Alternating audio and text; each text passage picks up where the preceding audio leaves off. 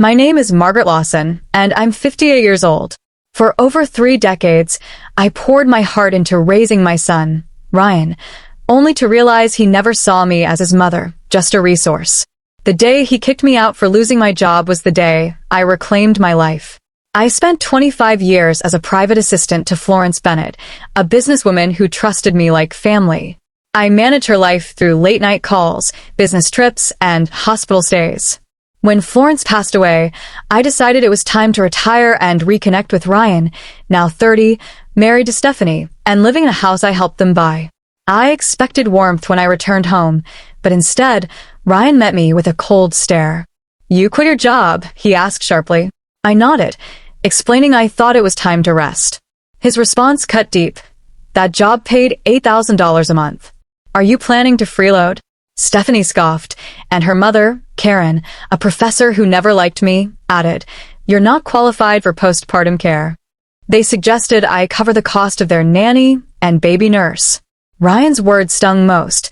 "You can work another 20 years, Mom. Save retirement for when you're 80. I was stunned. I had sacrificed everything for Ryan. My marriage, my health, my dreams. He wasn't my biological son. I found him as a baby, abandoned in a dumpster with a severe heart defect. My husband gave me an ultimatum: send Ryan back or raise him alone. I chose Ryan. I worked multiple jobs, diner shifts, hospital aide, crafting at night, to keep him alive. Later, I became Florence's assistant for better pay, funneling every dollar into Ryan's future: school fees, braces, college, and their house. For years, I thought my sacrifices would earn his love. But that day, I saw the truth. To them, I was a paycheck, not a person. Stephanie suggested I take a live-in assistant job for a wealthy family. Karen proposed a senior living facility where I could work as a janitor. Ryan, dialing the facility, said, "You've always wanted to be independent. This is dignified." His words broke me, not out of anger, but clarity. I was done begging for love. I grabbed my suitcase, packed by Stephanie like I was an overstaying guest, and faced Ryan. "I gave you everything," I said. "I drained my savings for this house." His response was venomous. "You think you suffered? That was your choice. You divorced Dad and we ended up broke. You owe me." Then I told him the truth. "You're adopted, Ryan. I found you, barely alive, and chose you. I left your father because he wouldn't accept you." Silence filled the room.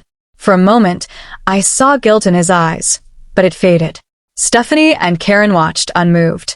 I turned to them. "I paid for your wedding, this house, everything. I owe you nothing." What they didn't know was that Florence left me an $8 million trust fund, her way of thanking me for being the daughter she never had. I kept it secret, wanting a quiet retirement by a lake, free of expectations. Now, I was glad I hadn't told them. They would have drained me dry. That night, I checked into a 5-star hotel, ordered room service, and took a long bath. The next morning, I met a real estate agent and toured homes, putting an offer on one, all cash. I contacted a lawyer about the house I bought for Ryan and Stephanie. I won't evict them, but I'll protect what's mine. Not for revenge, but to remind myself I matter. Karen and Stephanie confronted me as I left. "You're disowning your son?" Karen sneered. "No one will hire a woman your age," Stephanie mocked. I smiled. "That house you live in? I paid for it. Check the property records in a few weeks. I'm buying a better one." Their faces cracked with panic, but I didn't care.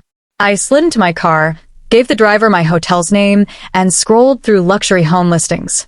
Walking away wasn't weakness, it was power. 6 months later, I live in a bright home surrounded by trees. I spend mornings with tea on the porch and evenings reading by the fireplace. No demands, no guilt. I miss the boy Ryan was, the one who called me mama with sticky fingers, but not the man who saw me as a burden. Love isn't a contract. I gave everything, but I don't owe him more. If you're giving endlessly, feeling invisible in your own family, know this: you're not selfish for wanting rest. You're not heartless for choosing peace. Your worth isn't what you provide. It's who you are. I learned that the hard way, but I'm grateful. My phone stays silent, no apologies, no calls. I've stopped waiting.